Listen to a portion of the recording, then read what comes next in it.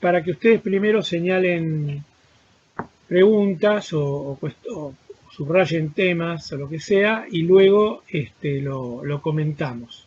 ¿Mm?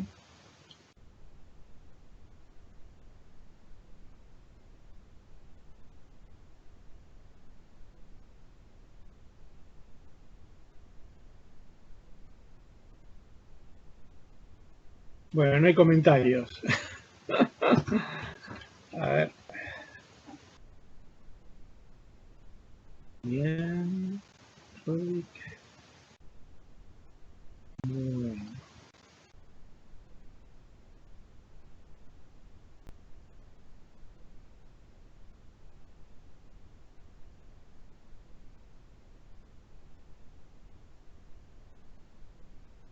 A ver que ya me fui del sistema un poco. Acá dice, Emi dice, complejo el texto de Marx. Lo vimos la clase pasada. Pero de todas maneras, está abierto las consultas acerca del texto ese. Santiago dijo, pero sobre base de cuestiones puntuales, ¿no? Digamos, de problemas de comprensión del texto o de interpretación, pero ya así como paquete, le hicimos un repaso de la clase pasada, pero igual podemos volver, eso no hay ningún problema. Santiago dice, Heilbronner plantea cómo sería el desarrollo de los países después de la Segunda Guerra. Sí. Emi, somos todos oídos a tus planteos.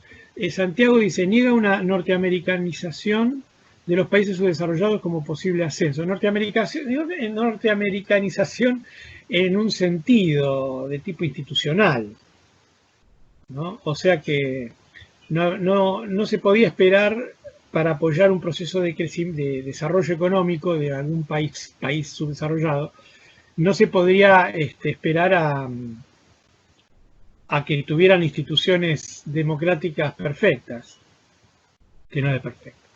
Dice, sino que hay que tener una mirada más acorde a cada país, claro. Ese es un aspecto, digamos, importante de lo que planteaba este hombre, ¿no?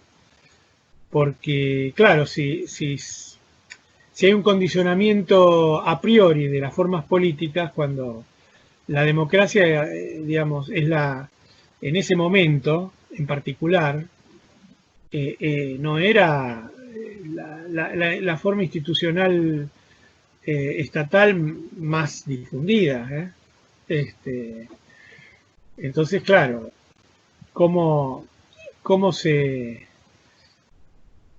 va a condicionar el apoyo a un proceso de desarrollo con si a mí me gusta o no me gusta la orientación del que está? Entonces se bloqueaba todo tipo de colaboración, salvo con los europeos. Y los europeos recién después que habían derrocado a los gobiernos títeres del nazismo. Así que, bueno, eso está bien, es un aspecto importante.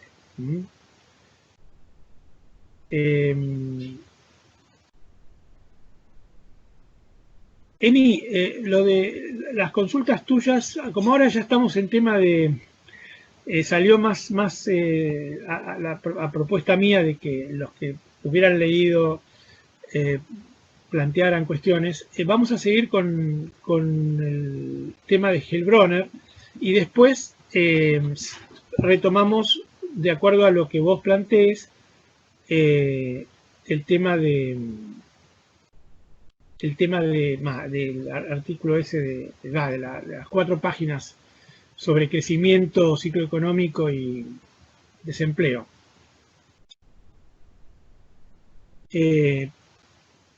Prácticas provisorias, ¿de dónde lo sacaste? Eso está del texto de Marx. Bueno, lo vemos después. Yo no vi ese término, pero no me acuerdo en qué texto estaba, lo de prácticas provisorias. Bueno, ok. Seguimos entonces con el tema de Heilbronner. Gracias, Emi. Lo vemos después de Heilbronner. Entonces, bien. Pero hay otros aspectos que tiene el texto de Heilbronner y que es muy importante porque plantea descarnadamente que el desarrollo económico es un objetivo deseable que muchos quieren alcanzar, pero tiene dos problemas importantes. Primero, que requiere de la generación que participa del despegue, requiere un sacrificio muy grande de su nivel de consumo y con una paralela exigencia de trabajo. O sea, en un proceso de crecimiento económico hace falta mucha inversión. Para que haya mucha inversión, salvo que lo financie alguien de otro país, pero si no es así, tiene que salir del ahorro interno. A más ahorro, menos consumo, dado el nivel de PBI preexistente. ¿Se dan cuenta? Entonces, bueno, a medida que crezca el PBI, se puede ir aflojando la exigencia de ahorro, pero en el medio la gente trabaja mucho y consume poco. O sea, el beneficiario pasa a ser las generaciones siguientes, ¿no?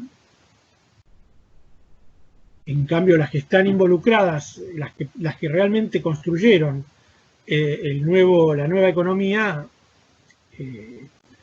sufrieron mucho.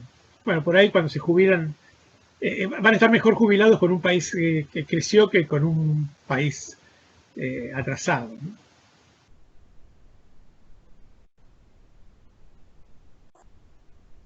Ese es un problema. Y el otro problema serio es que por más esfuerzo que se haga, nadie garantiza que se alcance un nivel de desarrollo significativo. Y eso es lo peor de todo, porque puede fracasar, dice. O sea, puede haber grandes sacrificios, un plan digamos, militar de horas de trabajo sin límite, de raciones de comida para que todo vaya a inversión, pero ¿permitirá eso? Que la India, con su índice 20 de PBI per cápita, se acerque mucho a Europa, por lo menos, a los países del euro.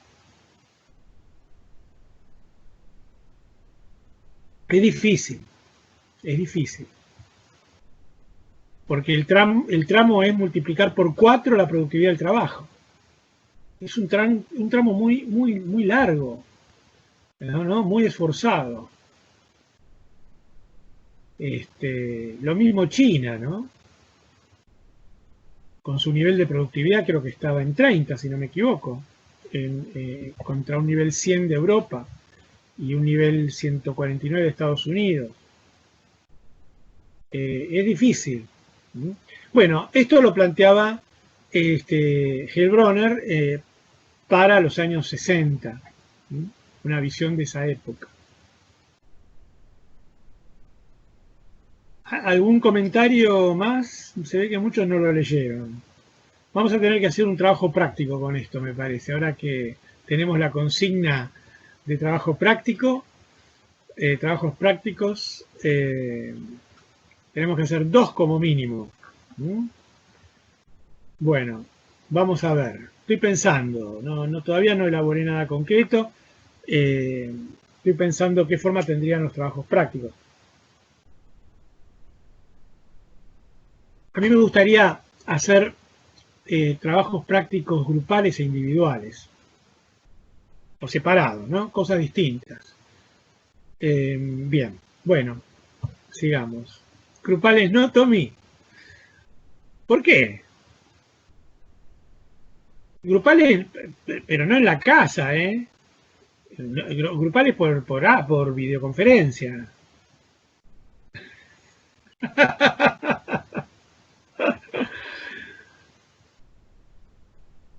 Bueno, No sé, mirá que tengo muy buena experiencia, Tommy. Por ahí depende del tema, ¿no? Por ahí depende del tema que se esté tratando. Mis trabajos prácticos son en clase, no son para hacer en casa. Y, y realmente tengo experiencias muy lindas, muy lindas. La gente sale del trabajo práctico con la sangre recontra acelerada de entusiasmo por la economía. O sea, yo organizo lindos trabajos prácticos, Tommy, teneme fe. Ah, bueno, puede haber una votación, sí, pero digamos, ¿sabes qué, Tommy? Para todos, ¿no? Eh, eh, bueno, Shejin dice que también quiere individuales. Bueno, puede ser, pero tendrían que probar a hacer un trabajo práctico conmigo. Van a ver cómo son divertidos y piolas. No son los trabajos prácticos que teníamos previstos para el curso, para el presencial, no eran para hacer en casa, eran para hacer en las 2 horas de clase. ¿Se dan cuenta? Entonces, bueno, es otra cosa, les aseguro que es otra cosa. Y una de las cosas más lindas que yo descubrí es que, por ejemplo, el último trabajo práctico suele ser elaborar el plan económico de un próximo gobierno. Y les aseguro que se han juntado gente kirchnerista con gente muy liberal, pero extremadamente liberal ¿cómo se dice? Bueno, pero funcionaron, es algo increíble, increíble. Es el espíritu de la pluralidad de ideas que reina en mi curso. A Tommy le gusta. Bien, Tommy, te aseguro que uno aprende así, en grupo, ¿no? Y cuando tiene que conciliar cosas. Vos imagínense que ustedes están en un gobierno, son parte de un gobierno. Por más que los gobiernos nunca son de un solo color.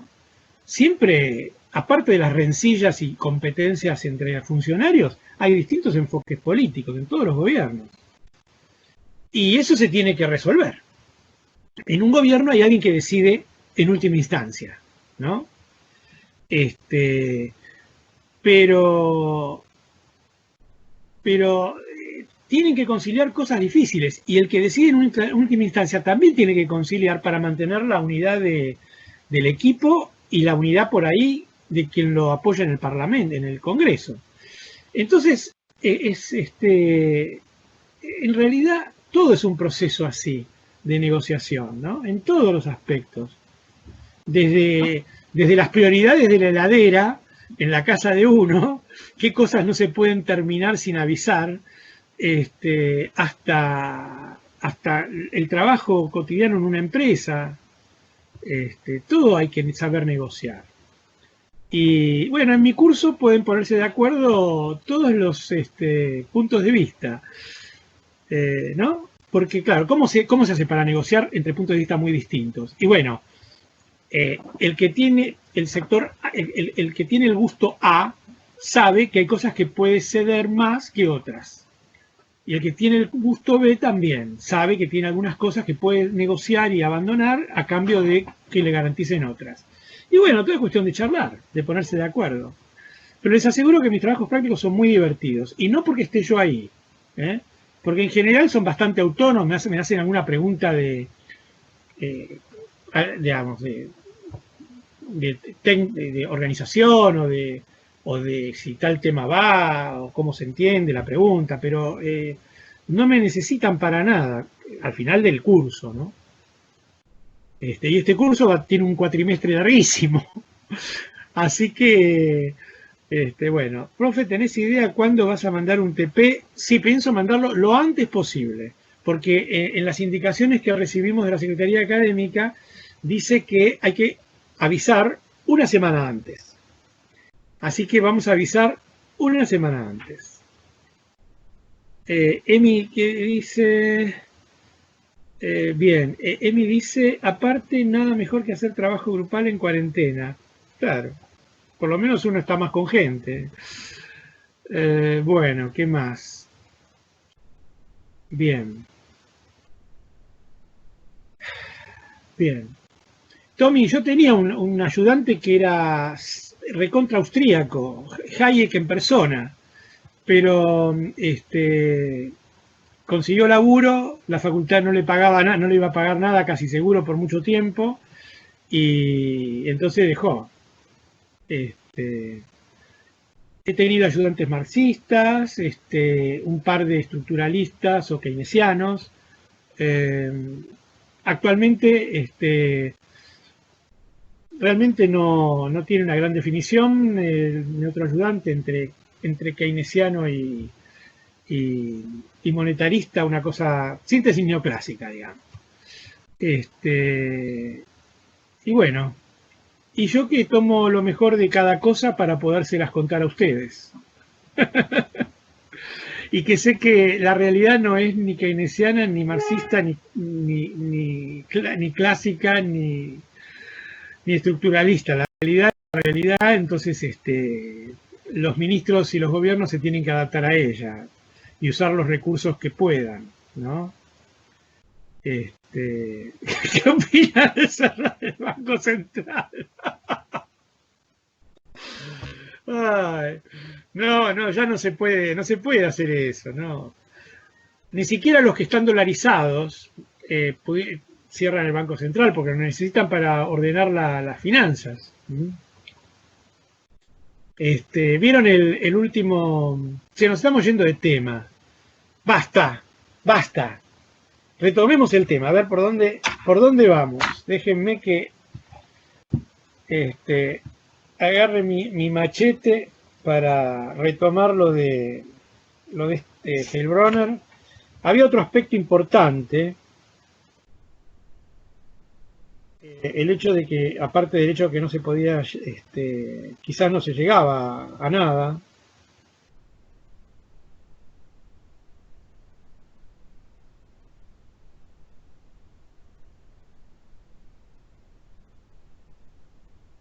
Claro, ven que dice, dice Heilbronner, el interés nacional nos ha impulsado, al principio con vacilación, a apoyar el desarrollo económico, o sea, apoyar a los países que se desarrollan económicamente. Bueno, basta. Estamos en Heilbronner. Entonces, acá está planteando que es el interés de los Estados Unidos que haya desarrollo económico. Y uno si lo piensa un poco, lo que pasa es que cuando uno dice un país, el país no es una abstracción homogénea. Los países son conglomerados de intereses contradictorios muchas veces. Entonces tenemos a los empresarios que exportan, a los empresarios que tienen que vivir con el mercado interno porque son de empresas de servicios. Tenemos a los rurales, a los manufactureros, tenemos los sindicatos, tenemos a la burocracia estatal. Bueno, es una cosa heterogénea. Cualquier estado, cualquier país es una cosa muy heterogénea. Tienen denominadores comunes, hasta por ahí nomás. Entonces, el tema de cuando uno dice, cuando acá Heilbronner dice el interés nacional, para mí que lo que está pensando Heilbronner, por la época que escribe, es en la Guerra Fría, con la Unión Soviética. Porque digamos, Estados Unidos necesitó reconstruir rápido, ayudar a Europa a reconstruir rápido su economía, para construir estados, para que sus gobiernos fueran sólidos, fueran estables, por el temor al avance, a un mayor avance de la Unión Soviética en el caso de América Latina, lo mismo. con la Alianza para el Progreso, Estados Unidos promovió algún grado de desarrollo económico para que hubiera menos sectores que no tuvieran nada que perder con una revolución estilo cubana. Entonces, acá cuando se habla del interés nacional, yo creo que se refiere efectivamente al temor que tenía la clase dirigente de Estados Unidos al avance de Rusia. Pero también es cierto que, digamos, una sociedad desarrollada económicamente, ¿qué gana viviendo rodeada de villamiserias? ¿No? O sea, pónganse en el lugar que ustedes viven en Quilmes. ¿No sería mejor Quilmes si no estuviera con toda esa franja de barrios muy marginados? O mismo la capital, no hablemos de Soldati. O sea, si uno, digamos, tiene un cierto nivel de desarrollo los países, entonces va a tener menos problemas de inmigración, va a tener menos problemas de terrorismo, va a tener menos problemas de todo. Y aparte son mercados que van a absorber más las exportaciones de uno que es desarrollado y hace las cosas mejor, más baratas, etcétera. O sea, algunas cosas por lo menos. O sea, si los demás se desarrollan, ¿dónde está el problema? ¿No? Bueno, después hay problemas en cuanto a cómo llegar a eso. Por ejemplo, las negociaciones de comercio mundial. Eso lo trabaja Rodrik y muy interesante. Rodrik tiene un planteo que me parece a mí que merece nuestra atención. Por eso es que lo pongo para charlar. Y aparte es como medio introducción a lo que viene después en el programa, que es analizar el comercio internacional y el principio de ventajas comparativas, que es muy importante también, y que muchas veces se lo niega por ignorancia. Bueno, entonces, un poco esa es otra idea de Hellbronner, el hecho de que no es bueno para un país pujante vivir rodeado de miseria, ¿no? Bien.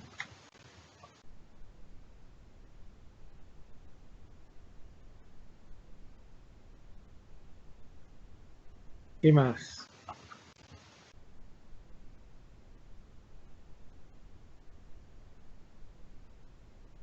Otra cosa importante, que el desarrollo económico no se produce solo. O sea, tiene que haber una cierta disposición de la sociedad y de los gobiernos para favorecer el desarrollo económico. Muy importante. Digamos, ¿vieron México? México, eso es un tema que trata también Rodrik. Tengo un texto mucho más extenso, si a alguien le interesa, sobre un balance de México 20 años después del NAFTA, o sea, del Tratado de Libre Comercio de América del Norte. Bueno, México lo vemos después con Rodrik, pero es un caso de que no hay un progreso social a base de la apertura comercial más intensa que tuvo nunca. Lo de plata no lo entiendo, Pedro. Y plata, que hace falta plata. Sí, hace falta inversión, claro, seguro. Pero, por ejemplo, México tuvo mucha inversión. Yo estaba viendo hace bastante, ya hace unos años, las estadísticas de de inversión extranjera en México y eran, les aseguro, la envidia de cualquier país latinoamericano. La manera explosiva como llovían capitales a México, y aparte capitales invertidos en muchos aspectos productivamente, y sin embargo no hubo desarrollo económico. O sea, tiene que haber ciertas condiciones sociales y políticas para que el desarrollo tenga lugar. En México, por ejemplo, dice Roddick, no aumentó la productividad. Y eso que llovía el dinero, llovían los dólares, llovía la creación de empresas, las asociaciones empresarias, y no pasó nada con la sociedad, siguió siendo más o menos igual. Al contrario, tuvieron una serie de problemas, 1 millón de campesinos tuvieron que abandonar la tierra por la competencia del trigo norteamericano. Entonces, y aparte la sociedad, ¿no? Que pueda insertarse bien en el perfil exportador, importador que se abre con la apertura. O sea, tiene que haber una disposición, un interés de las clases sociales del país que está en posibilidad de desarrollarse. Bueno, ese es un aspecto importante.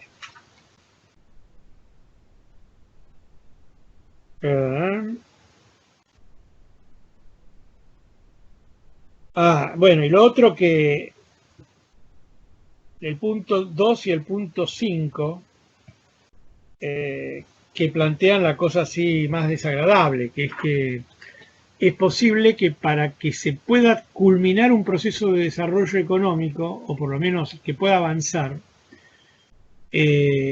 por eso de que las clases sociales y los gobiernos tienen que ser proclives a ese desarrollo económico, abrir camino, por ahí no están dadas las condiciones. Entonces, de pronto, en los años 50 y 60, en distintos continentes, hubo una cantidad de reformas agrarias muy fuertes, donde le sacaban la tierra a los terratenientes, se la daban a los antiguos terratenientes, y la fraccionaban, se la daban a los campesinos, que trabajaban para los antiguos terratenientes.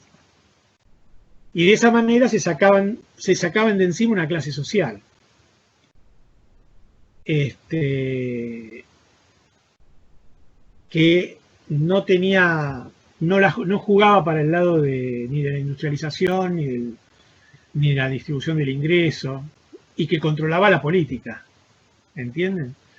Eso lo hizo Nasser, bueno, lo hizo varios países.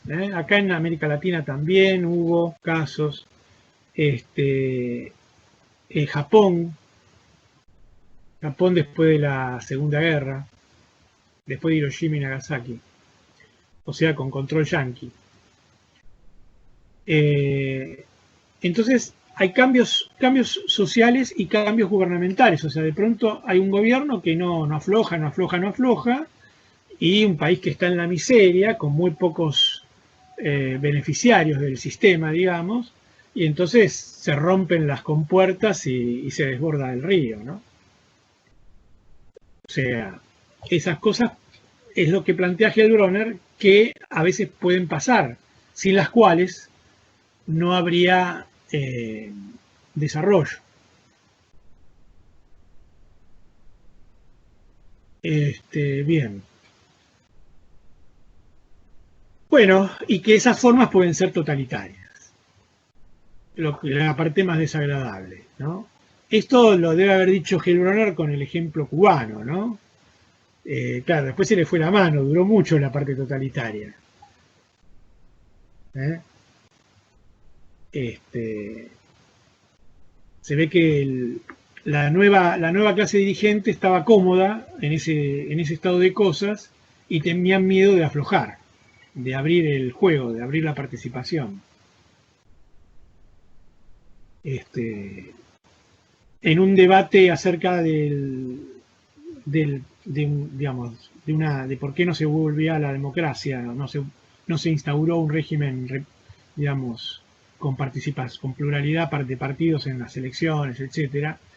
Bueno, es probable que algún cubano que vivió la cosa más de cerca me respondiera que tenían Estados Unidos muy cerca y con muchas ganas de imponerse ahí, y que entonces, si hacían elecciones libres, el dinero que iba a disponer cualquier partido opositor serio iba a ser peligroso. Y bueno, no sé, son debates políticos, ¿no? Que nosotros no podemos entrar porque no nos vamos de tema mucho, pero que a nivel individual, bueno, a nivel, digamos, de uno con sus conocidos, en un ambiente donde esté para eso, evidentemente es un tema, ¿no? Hasta qué punto se puede decir, bueno, cuán rápidamente podemos alcanzar formas de gobierno después de un proceso de transformación económica, reforma agraria, expulsión del gobierno anterior oligárquico que no hacía nada y lo único que hacía era cobrar impuestos. Bueno, después de un movimiento de ese tipo, ¿cuánto tiempo corresponde hasta que se normalice la situación? Son cosas que resuelve la historia finalmente, ¿no? O sea, que surge de una, digamos, de las fuerzas en pugna, de las posibilidades de las fuerzas en pugna.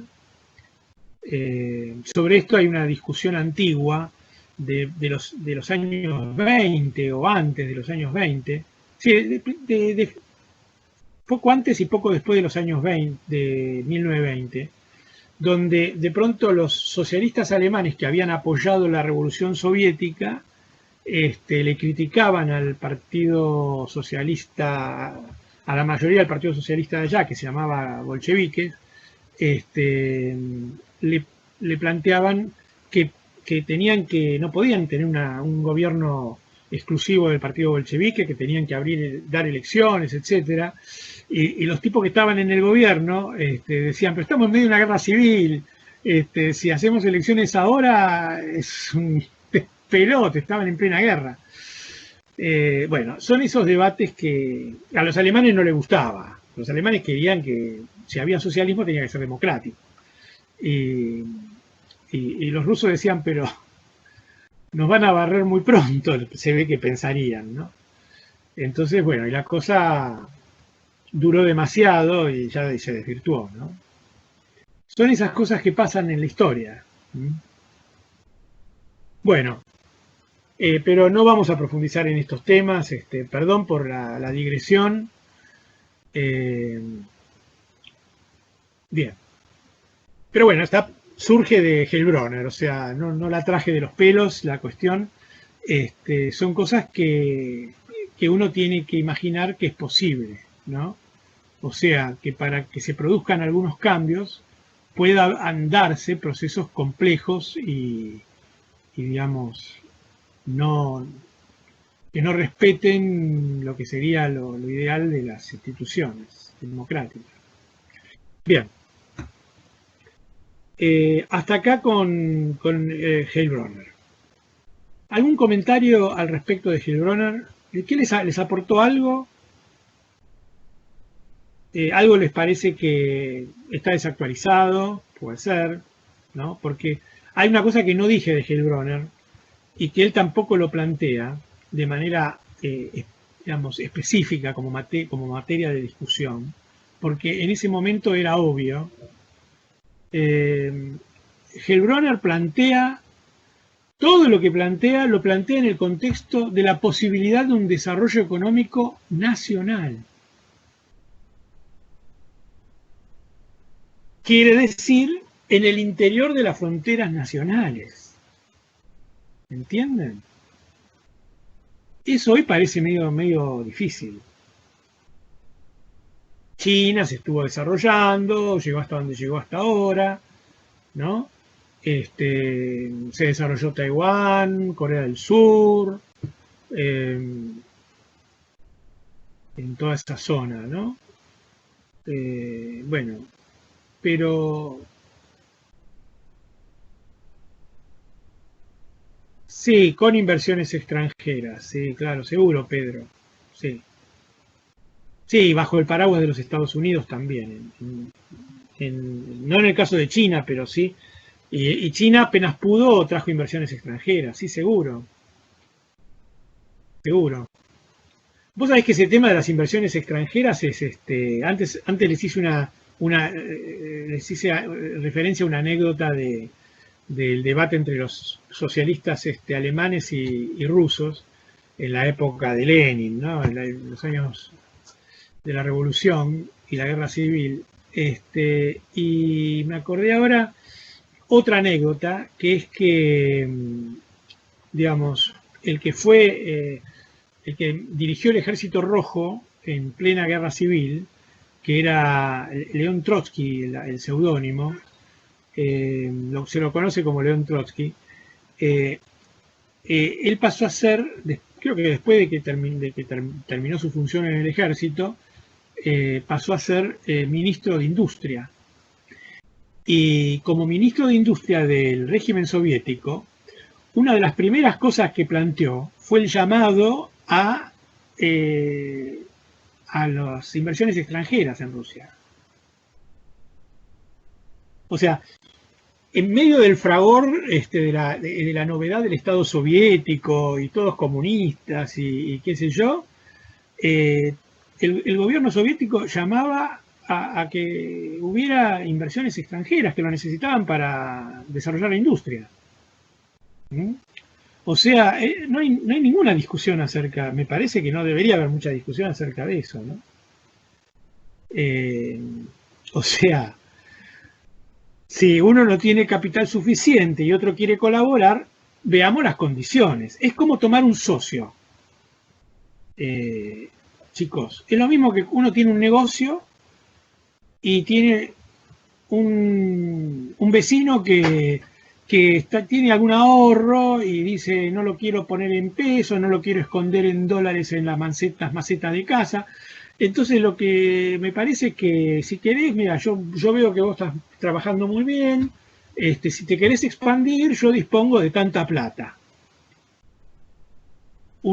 Decir un no a priori sería estúpido, ¿no? Lo que hay que hacer es ver en qué condiciones se incorpora el socio. O sea, el tipo pone esta guita, pero ¿en cuánto va a participar? Que no se quede con el 80% si pone la mitad de la guita, ¿no? Digamos. Y que digamos, que si aumentan las ganancias gracias a mi nuevo socio, bueno, que se repartan de manera razonable, de manera equitativa. Y no que se lleve todo, no que se lleve más de lo que puso. Pone 10 y se lleva 15. No, eso no. ¿Entienden? Lo de desarrollo únicamente nacional es lo siguiente, que en la visión de la época de Hellbronner, el tema de las integraciones regionales estaba muy en pañales. Estaba, porque ya en Europa se trabajó ese tema a partir del año 48, o quizás 46, no me acuerdo muy bien, pero digamos, la idea era que el crecimiento, el desarrollo económico tenía que alcanzarse a nivel de cada país.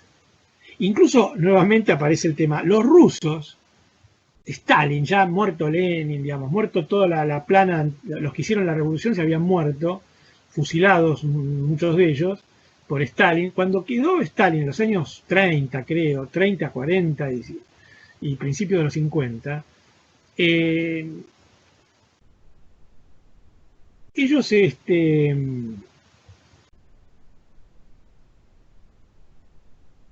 tenían la idea, la utopía de que podían desarrollarse y llegar a una sociedad sin clases,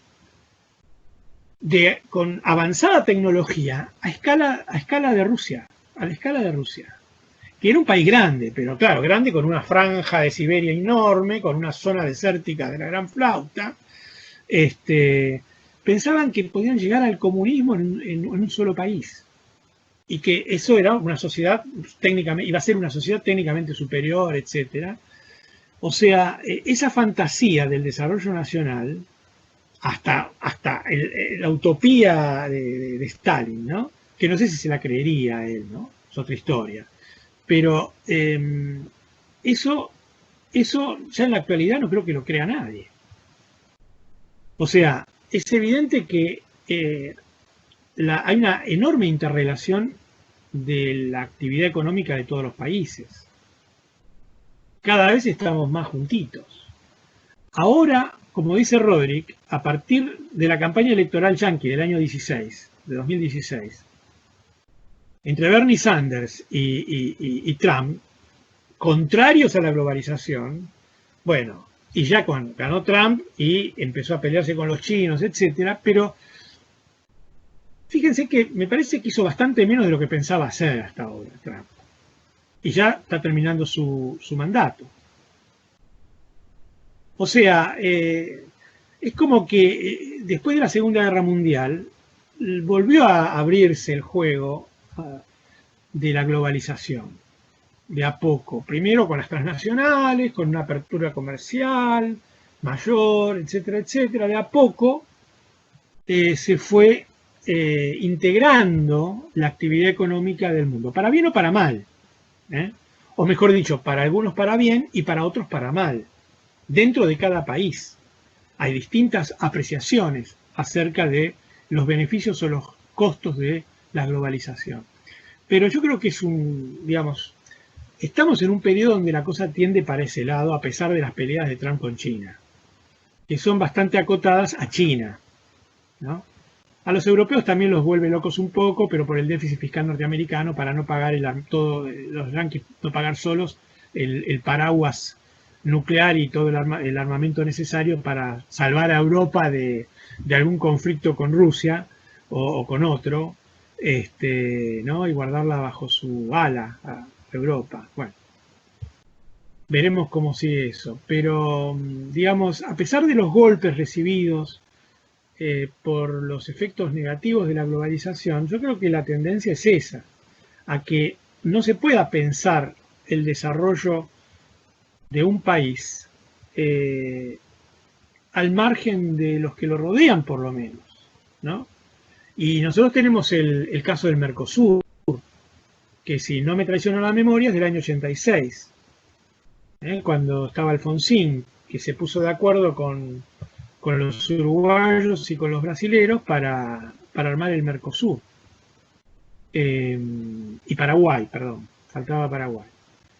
Entonces, ahí también hay una visión, un intento de integración económica, de complementación y especialización, que tiene que ver con lo que después vamos a ver de ventajas comparativas. Del principio de ventajas comparativas.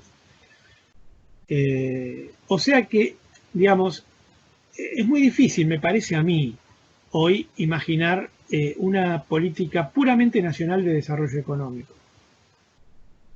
Es muy difícil salir de la pobreza en esas condiciones, con las solas fuerzas de un país. Y yo diría que también es difícil desarrollar el Mercosur, porque es un acuerdo entre pobres, es un negocio armado entre pobres, ¿no? O sea, en realidad, para salir de la pobreza, para salir del atraso, digamos, la convergencia económica con los países desarrollados de una manera apropiada me parece que es el único camino. Pero claro, como les adelanté en otro momento, cuando los empresarios norteamericanos hablan de integración, la entienden como barrer al competidor subdesarrollado y reemplazarlo, ¿no? Entonces se hace difícil ese camino hacia el desarrollo, sin la colaboración decidida de los países, de las economías avanzadas. Fíjense que la decisión política de la Unidad Europea con el euro es una convicción, por lo menos de los establishment políticos y seguramente de los empresarios más importantes de esos países, de Francia y de Alemania en particular, para, a pesar de la crisis y a pesar del endeudamiento que se tuvieron que bancar para prestarles plata a los portugueses y a los griegos y a los italianos, y España también tuvo sus problemas financieros. Bueno, a pesar de la erogación que significó todo eso, Alemania y Francia pusieron la guita. También es cierto que Alemania y Francia los banqueros tenían muchos préstamos que se les hubieran caído si los griegos se rompían con el euro, ¿no? Pero bueno, digamos que hay una decisión política de fomentar el crecimiento coordinado de los países en Europa, a partir de una locomotora que es Alemania. Nosotros acá en Sudamérica no la tenemos, Alemania. La locomotora sería Estados Unidos, pero con una política, digamos, de integración bien charlada y de interés recíproco, ¿no? E ir avanzando hacia eso. Pero por ahora no hay demasiada onda, digamos, ¿no? A dar condiciones privilegiadas para que nos desarrollemos y para integrar un todo económico. Pero me parece que de todas maneras eso es lo que está planteado. Es como, ¿vieron? A veces las cosas se pueden hacer, a veces no se pueden hacer y a veces tarda mucho tiempo. Depende de los participantes.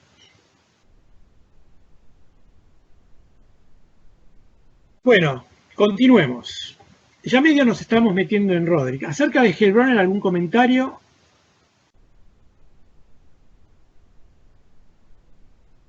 Bien.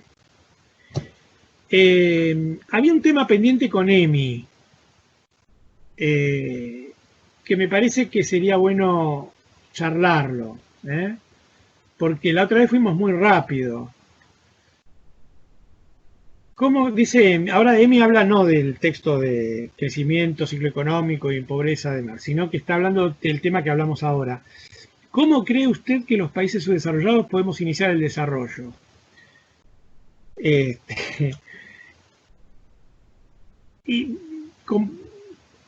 Por varios lados. Primero, el comercio exterior es muy importante. Como venga, Mercosur, Unión Europea, Estados Unidos, integración Mercosur solo, de la manera como sea, el comercio es clave, porque el comercio te permite especializarte y digamos, trabajar con mayores escalas de producción. Algo de eso se avanzó en distintas industrias con el Mercosur. Con la metalmecánica, con la siderurgia, con los autos, hubo una complementación económica y de especialización deliberada y digamos, coordinada con los respectivos gobiernos y entre las empresas. Hubo mucho de eso, pero hasta ahí, ¿no? No se dio en todos los sectores de actividad. ¿Qué más? Bueno, entonces, por un lado eso, el tema del comercio exterior es clave. Por otro lado, cómo uno orienta cómo se orienta a las fuerzas productivas nacionales. O sea, el mercado funciona, pero por ahí tarda mucho y se pierden oportunidades. Es como salir de una crisis, ¿no? Por ahí vino la crisis y por ahí hasta que se vuelve a recuperar un nivel de actividad más pleno, con un desempleo bajo, pasan 10 años. Y entonces hay que hacer algo para acelerar las cosas. Entonces de pronto si hay una oportunidad de abrir mercados, etcétera, se abren distintos frentes de expansión de la producción en el sector externo, complementación, etcétera, bueno, indudablemente el Estado tiene que jugar un rol. Puede ser, Tommy, pero también puede ser que nos arrasen con todo. Mirá que los empresarios nacionales se horrorizaron cuando Alberto Fernández dijo algo que parecía que se terminaba el Mercosur de una vez y para siempre. O sea, está bien que hay muchos como dice Castiñeiras, que es un economista relativamente joven todavía, los empresarios, dice, empresarios, ¿no? Claro, exactamente, los empresarios. pero son los empresarios reales, ¿viste? De las empresas reales. Entonces, es un tema, ¿no? Que hay que, de alguna manera, hay que orientar eso también. Que salgan de la edad de piedra. O sea, hay muchas cosas para hacer. Sí, sí, bueno, pero viste, no anduvo tampoco la cosa. O sea, anduvo bastante, pero encontró su límite. La apertura no desarrolló la cosa bien. O sea, no hubo un aumento sustantivo de la productividad. No hubo inversión en los 90 con Caballo. Hubo más inversión que la que, digamos, fueron lindos años de crecimiento. Sí, la economía funcionó bien, bastante bien. Pero lo que te quiero decir es que cuando terminó la convertibilidad fue porque en buena medida esos lindos 10 años fueron alimentados con deuda. Y un buen día, tardó mucho más que con Macri, pero un buen día no nos prestaban más plata, porque cambió el gobierno norteamericano, se fueron los demócratas, vino Bush y se acabó la diversión. No le autorizó al FMI a prestar más plata. Y a la Argentina. Entonces, ¿qué pasó? Si el FMI no nos prestaba más plata, ¿te imaginas que ningún privado nos iba a prestar más plata? Y la convertibilidad funcionaba con deuda. Ya lo vamos a ver esto, Tommy, tené paciencia. Lo vamos a ver bien cuando veamos el modelo de Mundell-Fleming. Fue una década que sí, que la pasamos bastante bien en comparación con las altas inflaciones históricas, ¿no? Pero después explotó. O sea, ¿por qué tanto endeudamiento? Y porque no aumentó la productividad lo suficiente, Tommy. Entonces el dólar clavado, el dólar fijo, dio lugar a que se perdiera competitividad externa, porque no se pudo acompañar, por ejemplo, también estuvo el boom chino, ¿no? O sea, el boom de las mercaderías baratas manufacturadas chinas, arrasó acá y arrasó en todos lados con la industria, eso también es cierto. O sea que quizás tendría que haber habido, en tiempos de Cavallo, algún poco más de intervención sobre lo sectorial. Se dio a través del Mercosur los incentivos sectoriales, pero, digamos, terminó la convertibilidad y ¿qué pasó? Partimos otra vez de cero, con una deuda enorme que recién terminamos de pagarla hace pocos años. O sea, no hay una sola receta, ¿eh? Pero igual lo vamos a charlar esto, la convertibilidad la vamos a charlar. ¿Dale? Bien. Seguimos. ¿En qué estábamos? Bueno, teníamos que pasar a Roderick, pero yo quería antes respetar mi promesa con Emi acerca de el texto este de crecimiento, ciclo económico y desempleo, esas 4 páginas de Marx, tan densas quizás. Emi, sos la que tiene que tirar la primera piedra. Quizás la única, pero bueno, veamos cuáles son tus amarguras en la lectura del texto que se ve que le hiciste. Plantéame alguna cuestión particular como eje para que podamos charlar. El texto de Marx, Pedro, que Emi me pidió al principio que tenía dudas, que había cosas que no entendía. El texto de Marx del capítulo 23 del tomo 1. Emi, ¿estás ahí o te fuiste a tomar mate? Emi.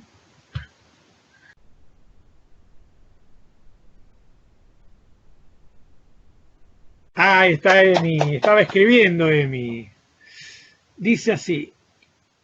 Ciertas prácticas previsoras en punto al matrimonio. Ah, se refiere al control de la natalidad, Emi. Sí. Se referían, eso ahí Marx está citando a personajes de la época. A Malthus, claro. Malthus era un clérigo anglicano, o sea, de la fusión de los católicos con los protestantes en Inglaterra, y bajo la tutela del rey, ¿no? El máximo, el papa de los anglicanos es la reina de Inglaterra. Y Malthus era un académico, era profesor, aparte de su rol religioso. Entonces, muy delicadamente, se refiere a cuando los matrimonios de obreros, los matrimonios en la clase obrera, se cuidaban de no tener hijos. Entonces está diciendo que eso puede ser malo para la manufactura y el comercio, porque si no nacen, no aumenta la población, faltan brazos para alimentar a las fábricas y al comercio. Esa es la idea. O sea, veían como algo malo para el capitalismo que la clase obrera controlara su natalidad.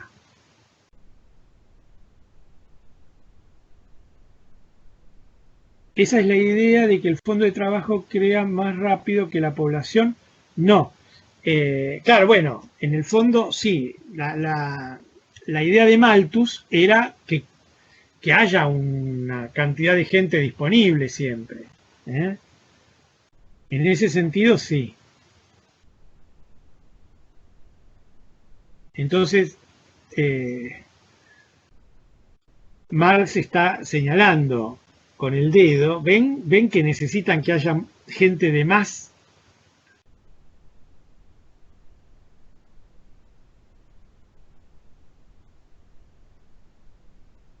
Aparte, cuando la economía es subdesarrollada, una economía atrasada que está peleando en desigualdad de condiciones en el mercado mundial contra colosos como Estados Unidos, etcétera, Alemania. Cuando pasa eso, en un país atrasado, es más pobre. Y si para colmo sigue multiplicándose la gente a un ritmo más allá de toda posibilidad de empleo, la pobreza está garantizada por varias generaciones, ¿no? O sea que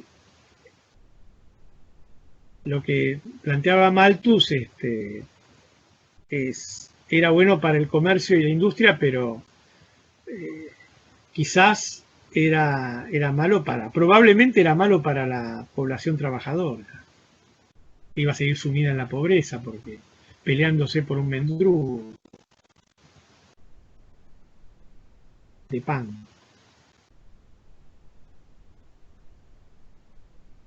Aparte de eso, Emi, sobre ese texto,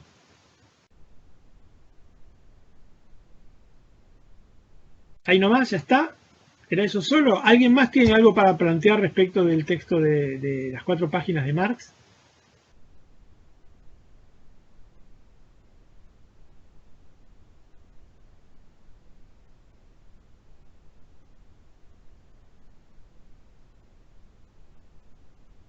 Ok, Emi, bárbaro.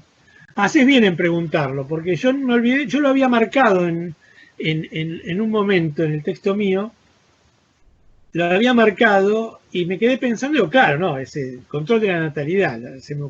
Dije, lo que pasa es que, claro, lo dicen de una manera para que los chicos no entiendan. Bueno, sigamos. El texto de Roderick. ¿Alguien quiere decir algo del texto de Roderick? Y mañana jueves empezamos con, con ventajas comparativas, así que estamos en tema.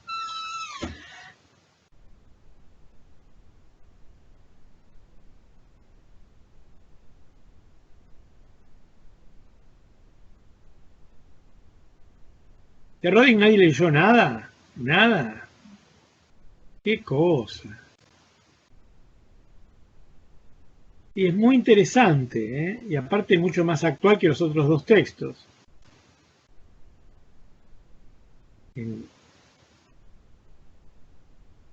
Ya te olvidaste, Zoe, pero hay que subrayar. Cuando uno lee, tiene que subrayar. Entonces lo repasa rápido. Era muy claro, pero ya se disolvió. Muy clarito se disolvió en el agua, ya no tiene más color. Bueno, vamos a hacer un repasito. Hay otro texto más que tengo ganas de mandarle, o por ahí lo comentamos y no lo mandamos. A ver.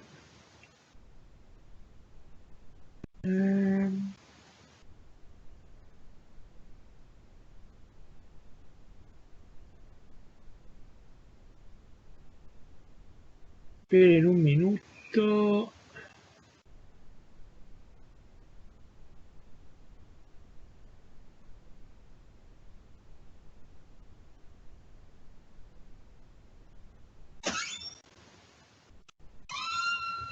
Bueno, vamos a empezar a ver el de Roderick. Cuando yo encuentre, acá estoy. Lo vamos a ver juntos.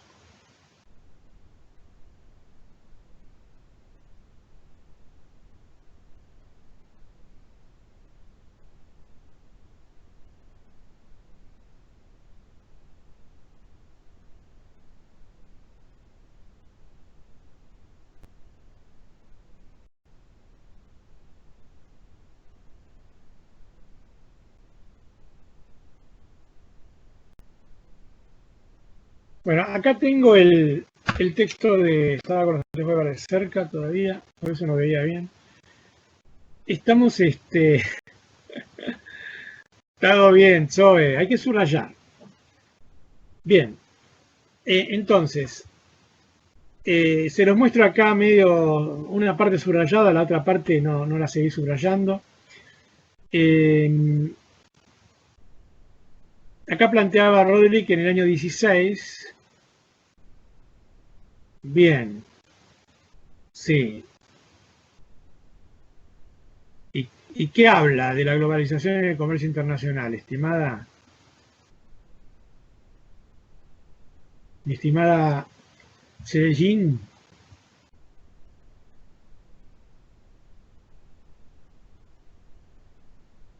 Bueno, es lo que plantea es que algo así como la globalización, pero ¿qué globalización?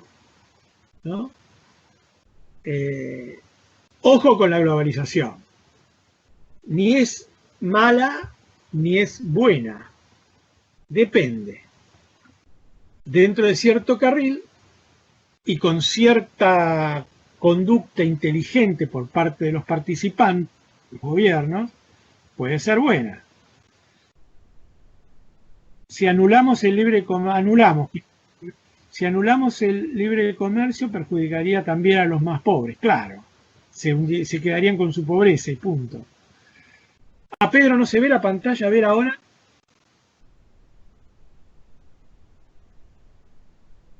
El pobre va a ser más pobre. Se ve que está el texto en B,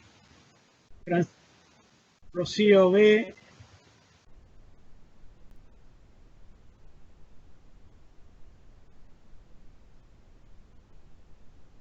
Francisco dice caído.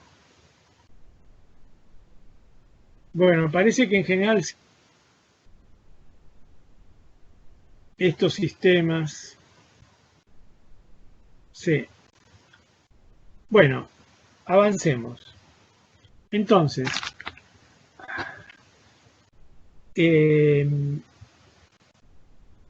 bueno, plantea que hay mucha bronca contra los efectos de la globalización en Estados Unidos, ¿no?